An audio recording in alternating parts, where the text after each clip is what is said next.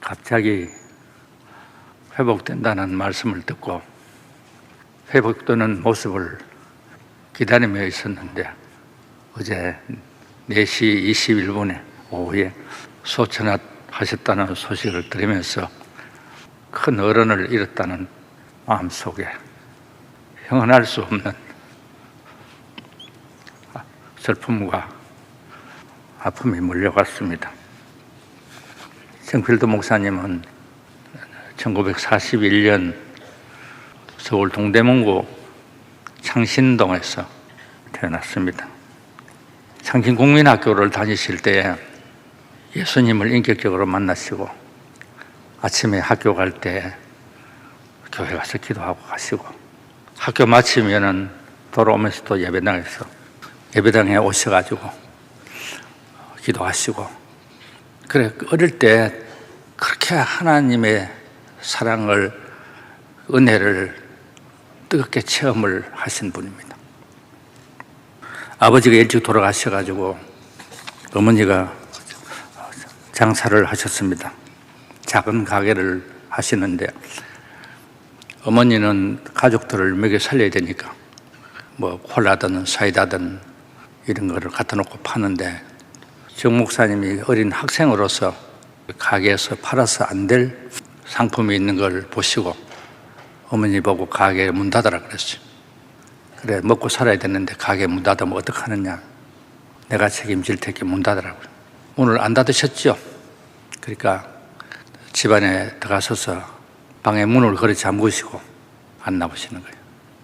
그때 창신교회 보목사님이 계시던 김수학 목사님이 계셨는데 정필도 목사님 어머님이 찾아가셔가지고 우리 아들이 지금 죽게 됐다고 좀 목사님 와서 말려달라고. 김수학 목사님이 와서도 어머니가 그 가게를 문 닫기 전에는 문을 열지 않고 그냥 죽겠다는, 그 어린 나이에 어떻게 그런 신앙을 가졌을까요?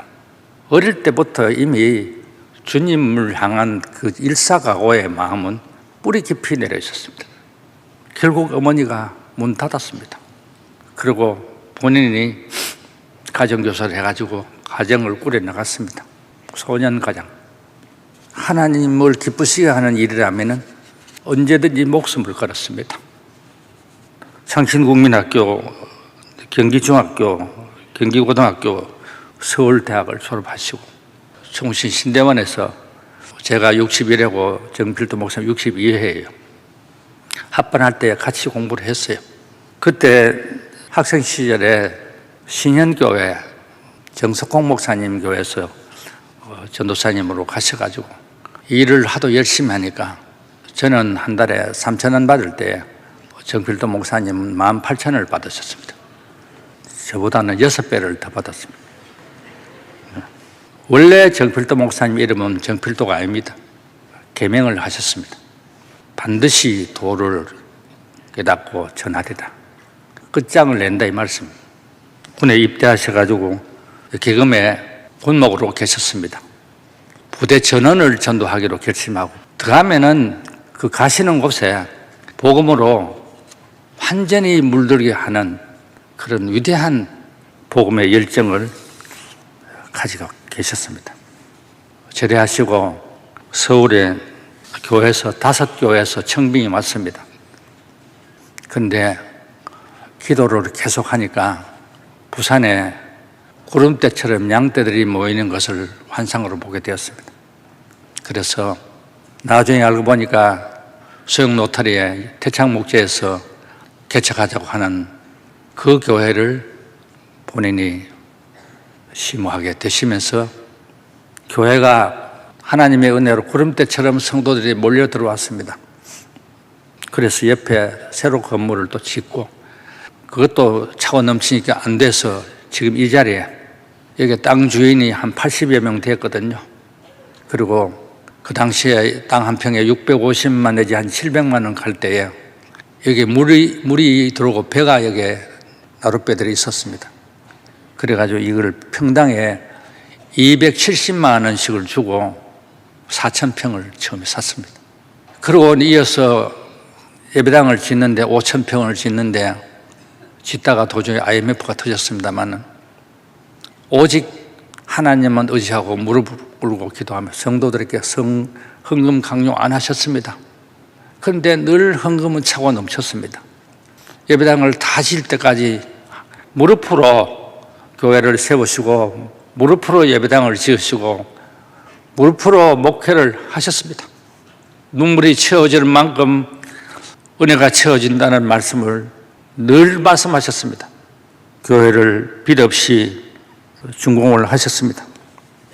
그리고 모든 일을 시작하기 전에 우리 정필도 목사님은 언제든지 무릎을 꿇고 기도 먼저 하십니다. 하나님의 응답이 있어야 그 다음에 움직이시고 성도를 엄청 사랑하셨습니다.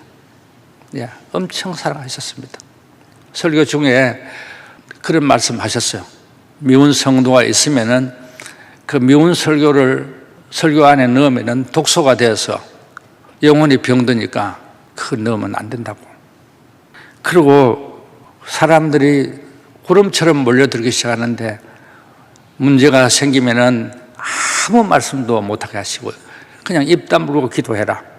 입 다물고 기도하라는 이 말씀은 수영록 교회 성도님들에게는 수도 없이 들었을 겁니다.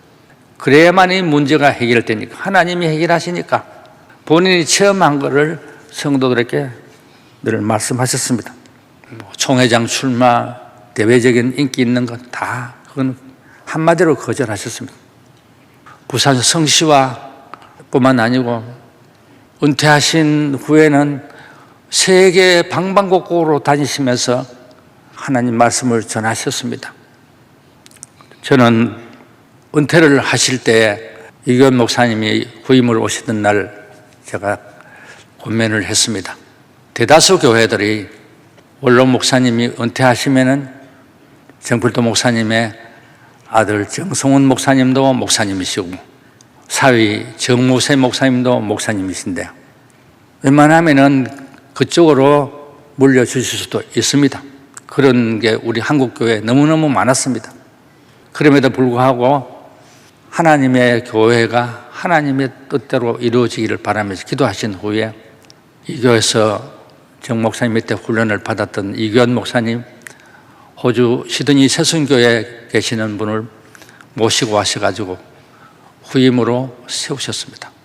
교회가 안정이 되고 부흥이 되고 아주 바톤 타치가 기가 막히게 잘 됐습니다.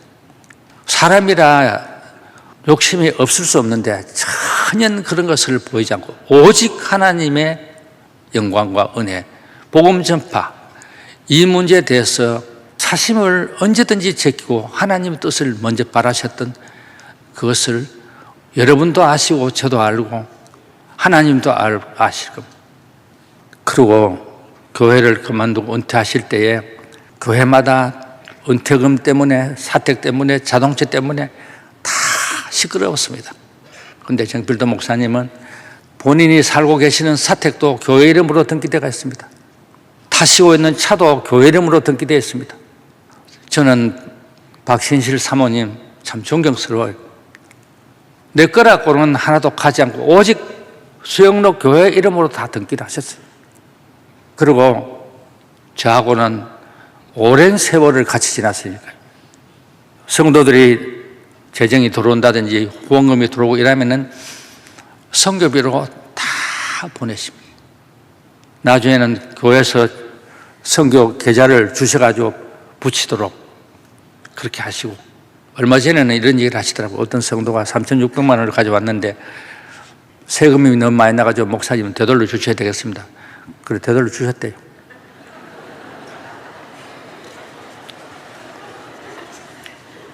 그러면서 선교하러 가셔도 선교지에서 관광을 하나도 안 하세요. 방 안에서 계속 기도만 하세요. 기도로 하나님과 늘 교통하시고 하나님과 에녹처럼 동행하시고, 그러다가 수많은 사람들을 주님께로 돌아오게 했습니다. 많은 사람을 주께로 돌아오는 자에게는 하늘의 별과 같이 빛난다. 국내 해외 할 것 없이 사심을 버리고 오직 주님만 바라보면, 오직 예수, 오직 성령, 오직 믿음, 오직 성령 충만, 그분의 삶이 이렇게 해서 지금은 주님 품에 영광 중에 계실 줄을 확실히 믿습니다. 좋아지신다고 그러셨는데 마음속에 큰 기대를 가지고 있으면서 오늘 성도님에게 제가 그런 얘기를 했습니다. 내가 정필로 목사님보다 한국 나이로는 3살 더 많거든요. 내 살 거 좀 줄여가지고 좀 그리 나눠드리면 하도록 하나님 그래를 기도했어요. 그때만 그 전화 받으신 분이 목사님 기도 그래 하시면 안 된다고, 그래 하시면 안 된다고.